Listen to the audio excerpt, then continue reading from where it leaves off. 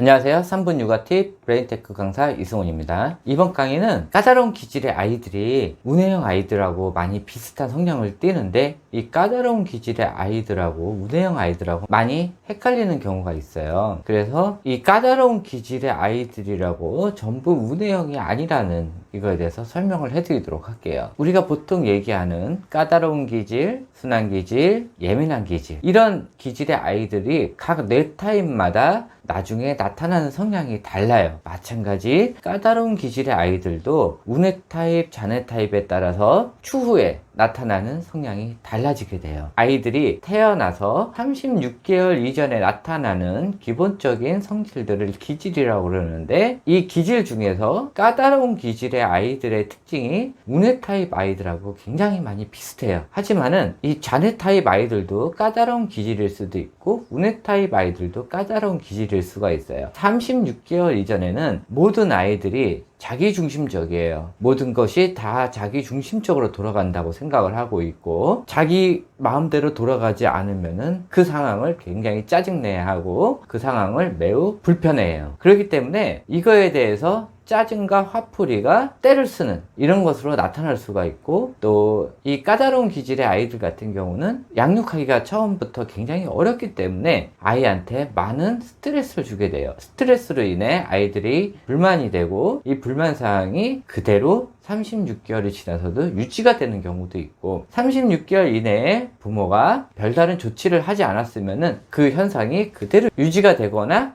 더 심하게 발전을 할 수가 있어요. 근데 36개월 지나서 까다로운 기질의 아이들 행동 방식이 어떻게 보면은 운해 아이들하고 굉장히 많이 비슷해요. 호기심이 많아가지고 이것저것 막 한다든지, 또 충동성이 있다든지, 또 과민, 예민 반응을 보인다든지, 엄마 말을 듣지 않는다든지, 이런 여러 가지 성향들이 운해 아이들하고 비슷한데 다른 점이 있어요. 보통 36개월이 지나면은 아이들 지능 중에 사회 친화 지능, 자연 친화 지능, 이 지능들이 발달을 하게 되면서 나에서 우리로 바뀌어요. 이 우리라는 개념이 생기면서 궁금한 것이 있더라도 부모한테 물어보고, 부모가 원치 않으면은 운해형 아이들 같은 경우도 부모랑 많은 애착 관계가 쌓였으면은 하지 않아요. 하지만은 까다로운 기질의 아이들 같은 경우는 제재하거나 또 본인의 마음에 들지 않는 이런 것을 못하게 했을 때, 이런 아이들 같은 경우는 더 많은 과민 반응을 보이게 돼요. 이게 다른 점이에요. 이 기질은 사회 친화 지능, 자연 친화 지능, 이런 것들이 발달을 하더라도 이 기질 자체가 너무 세기 때문에 36개월 이전에 나라는 존재감이 계속 유지되는 경우가 있어요. 그래서 모든 게 자기 중심적으로 돌아가야 되는데, 사회에 나가도 모든 게 자기 중심적으로 돌아가지가 않아요. 자기 마음에 들지 않고 자기한테 전부 다 불편한 존재로 생각을 하기 때문에 이 까다로운 기질의 아이들 같은 경우는 낯가림 현상도 굉장히 심하고, 사람들하고 친화적이지도 못하고 어울리지도 못하고, 이런 현상들이 발생될 수가 있어요. 그렇기 때문에 어떤 거에 대한 호기심이 있을 때나 어떤 것을 자기가 작업을 하거나 놀고 있을 때 이것들을 보통 자기 혼자 하려고 하는 이런 습성들이 있어요. 그래도 운해 타입 아이들 같은 경우는 누구랑 같이 하거나 이런 거를 같이 즐기기는 하는데, 까다로운 기질의 아이들 같은 경우는 자기만의 공간에 다른 사람이 개입하는 걸 굉장히 싫어해요. 그래서 어떻게 보면은 비슷한 것 같은데 어떻게 보면은 달라요. 그래서 한 가지에 대한 집착, 이런 것들이 까다로운 기질의 아이들이 굉장히 많고, 운해 타입 아이들 같은 경우는 집착보다는 어떤 거에 대한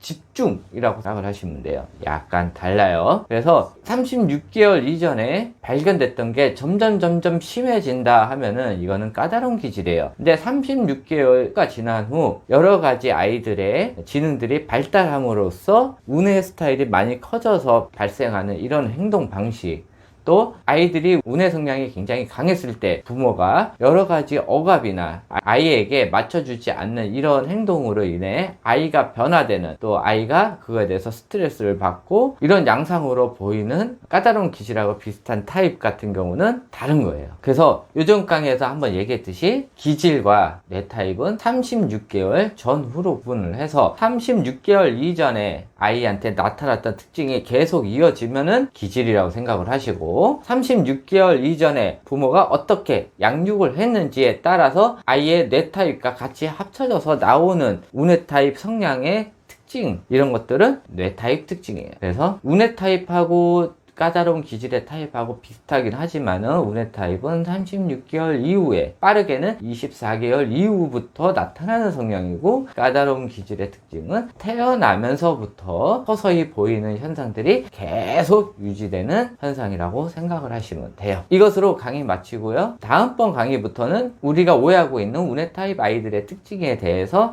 그것이 왜 오해였는지, 운해 타입 아이들의 특징이 뭘 의미하는지에 대해서 한 개씩 한 개씩 차근차근 알아보도록 하겠습니다. 궁금하신 점은 댓글에 남겨주시고요. 제 강의가 좋았다면 구독과 좋아요 부탁드립니다. 네, 감사합니다.